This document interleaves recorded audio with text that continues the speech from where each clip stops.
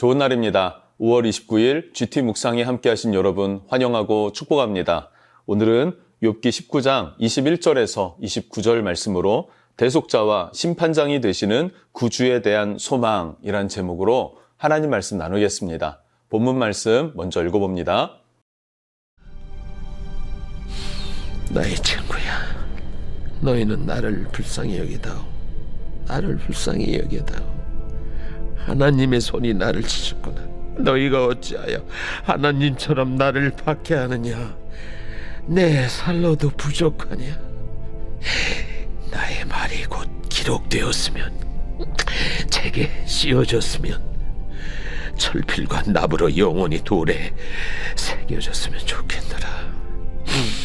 내가 알기에는 나의 대속자가 살아계시니 마침내 그가 땅 위에 서실 것이라. 내 가족이 벗김을 당한 뒤에도 내가 이 육체 밖에서 하나님을 보리라.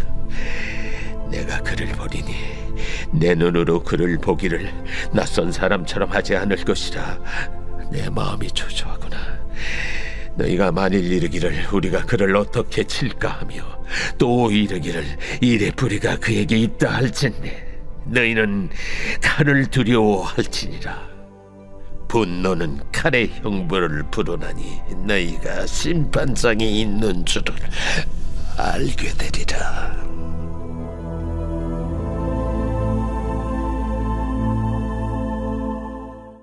오늘 본문 말씀 21절부터 24절까지는 욥이 친구들을 향하여서 나를 불쌍히 여겨달라라고 애걸하듯 부탁하듯 그렇게 요청하고 있습니다.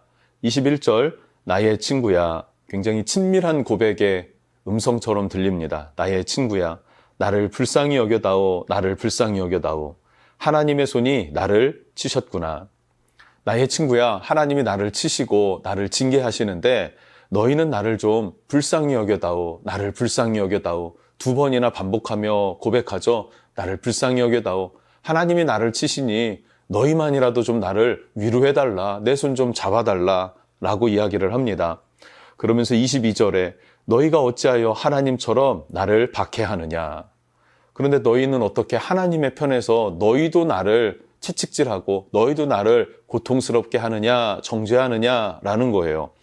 하나님처럼 박해하는 사람, 여러분 예수님 시대의 종교인들이 그러지 않았습니까? 대제사장, 바리새인, 사두개인, 이 사람들이 종교인으로서 하나님의 편에 선 사람으로서 자기가 마치 하나님이 된 것인 양, 하나님의 자리에 있는 양, 자기가 하나님인 양 사람들을 정죄하기도 하고요. 사람들의 것들을 강제로 탈취하고 누리기도 하고 그러지 않았습니까? 그래서 예수님이 오신 까닭인 줄로 믿습니다.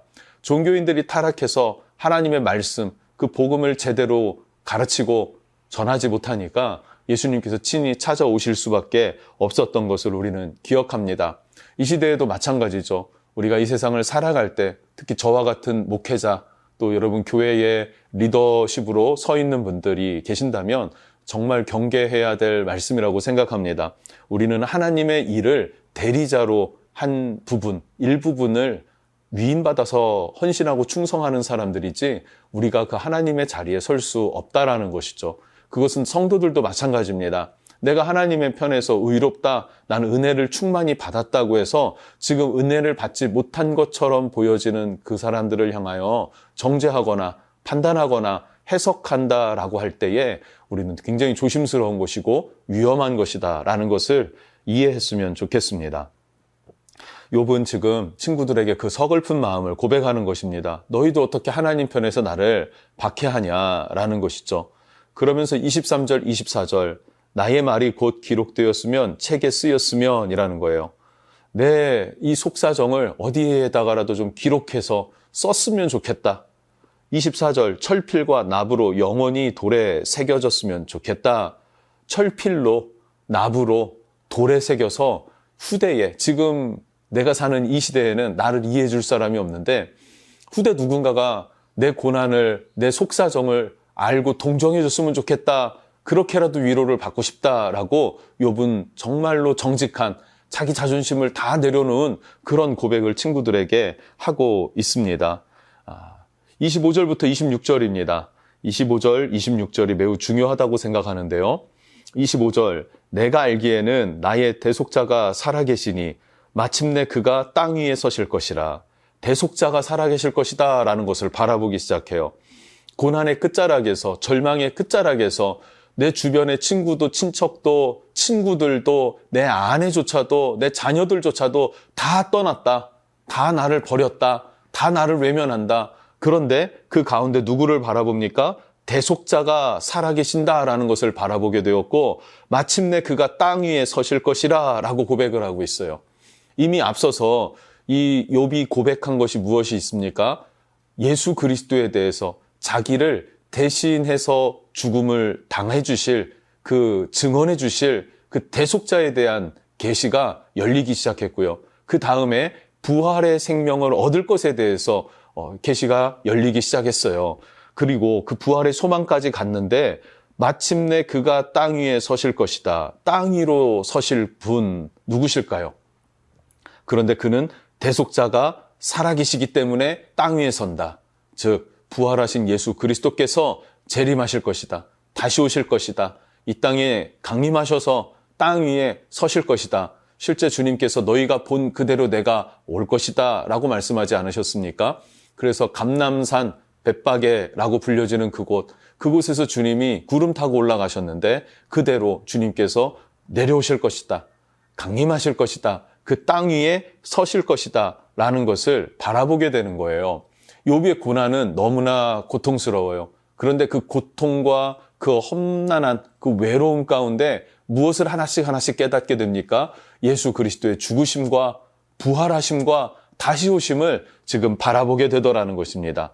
뿐만 아니라 26절로 나아가면 내 가죽이 벗김을 당한 뒤에도 내가 육체 밖에서 하나님을 보리라. 나도 그 부활에 참여하게 될 것이다 라는 고백과 같이 들려집니다. 예수님이 재림하시죠. 그러면 우리는 산자와 죽은 자를 심판하실 하나님 앞에 서게 될 것이고 우리가 얼굴과 얼굴을 마주하여 바라보는 날이 올 것이다 라고 이야기를 하고 있어요.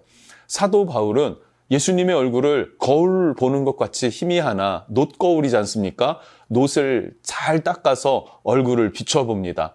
그런데 흐리흐리하죠.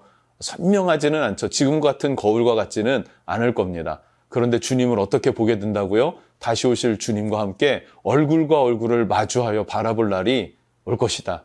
바울이 전한 복음이죠. 근데 그 바울이 전한 복음을 수천 년 전에 욥도 고난을 통과하면서 그 믿음의 연단과 씨름 가운데 바라보게 되더라는 사실입니다. 여러분, 고난 혹은 알 수 없는, 이유가 없는, 까닭 없는 고난이 찾아오고 그 시험이 나에게 다가왔을 때 여러분 믿음을 잃지 않기를 축복합니다. 때론 믿음을 잃어버렸어도 괜찮아요. 다시 붙잡으면 됩니다. 그러면 욥과 같은 하나님의 깊은 은혜를 경험하게 될 것이고 소망 가운데 일어서게 될 것입니다. 그 은혜가 저와 여러분 안에 있었으면 좋겠습니다. 여러분, 초대교회 성도들이 죽음의 핍박 가운데에서도 믿음을 지킬 수 있었던 이유가 무엇입니까? 다시 오실 예수님에 대한 소망이 있었기 때문에 그들은 믿음을 지켜낼 수 있었던 것입니다. 마라나타, 아멘, 주 예수여 오시옵소서. 이게 초대교회 성도들의 외침이었죠. 너무나 고통스럽고 힘겨운 하루하루의 삶이었어요. 그런데 다시 오실 예수 그리스도에 대한 소망, 믿음이 있으니까 죽음도 두려워하지 않고 그 믿음을 지켜냈다라는 것이죠. 그 믿음이 우리에게 전수되어 온 것 아니겠습니까? 당연히 우리 안에도 그 부활의 주님 뿐만 아니라 다시 오실 예수 그리스도에 대한 소망, 이것이 살아 있어야 되는 줄로 믿습니다. 이 믿음을 점검하는 귀한 하루가 되시기를 축복합니다. 27절부터 29절 말씀을 살펴보면 그 대속자 예수께서 다시 오실 때 심판해 주러 오실 것이다 라는 것을 이야기를 하고 있습니다. 27절입니다. 내가 그를 보리니 내 눈으로 그를 보기를 낯선 사람처럼 하지 않을 것이라. 주님을 보게 되면 주님이 나를 낯선 사람 보듯이 그렇게 바라보시지 않으실 것이다. 그럼 어떻게 맞아주십니까?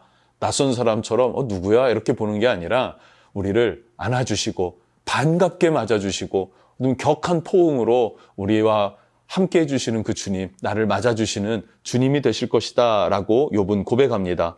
그러면서도 28절, 29절에 너희가 만일 이르기를 우리가 그를 어떻게 칠까 하며 또 이르기를 일의 뿌리가 그에게 있다 할진대 29절 너희는 칼을 두려워할지니라 분노는 칼의 형벌을 부르나니 너희가 심판장이 있는 줄을 알게 되리라. 욥 자신은 고난 가운데 고통 가운데 외롭고 고독함 가운데 다시 오실 예수 그리스도에 대한 소망이 심어지기 시작해요. 다시 막 솟아나기 시작해요. 그런데 친구들은 어떻습니까? 계속해서 나를 정죄하는 종교인들과 같이 느껴지는 그 친구들이 이제 불쌍하게 여겨지는 것과 같아요. 그래서 그들에게 말하기를 너희가 계속 그 스탠스를 유지해 나가다 보면 너희는 결국에 심판장 앞에 서게 될 것이다.